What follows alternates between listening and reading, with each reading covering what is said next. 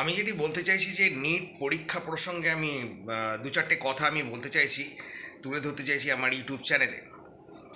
তো যেটি হচ্ছে যে যে আন্দোলনটি দেখলাম আমরা, দিল্লির যন্তর মন্তরে আন্দোলন গড়ে উঠেছিল নিট পরীক্ষার, মানে হচ্ছে অল ইন্ডিয়া বেসিসে ডাক্তারি পরীক্ষা হয় এবং তারই প্রশ্ন ফাঁস হয়েছিল, সেই পরীক্ষার প্রশ্ন ফাঁস হয়েছিল, এরকম ঘটনা নাকি প্রায়শই ঘটে থাকে।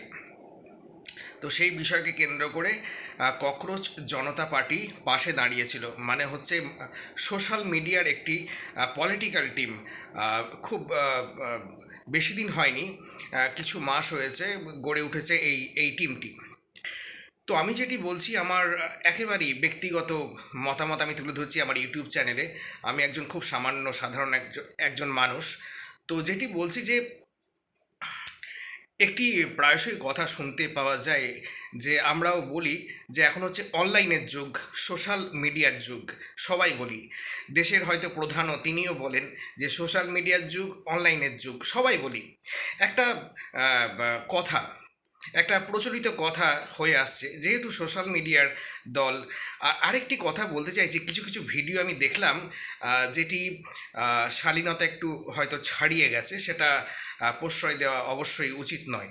এবং কিছু কিছু মানুষকে আমি বলতে শুনলাম যে বাচ্চে লোগোं का বাতে হ্যাঁ, বাচ্চে লোক হ্যাঁ, তো বাচ্চে লোক কার রায় হ্যাঁ হারকাতে।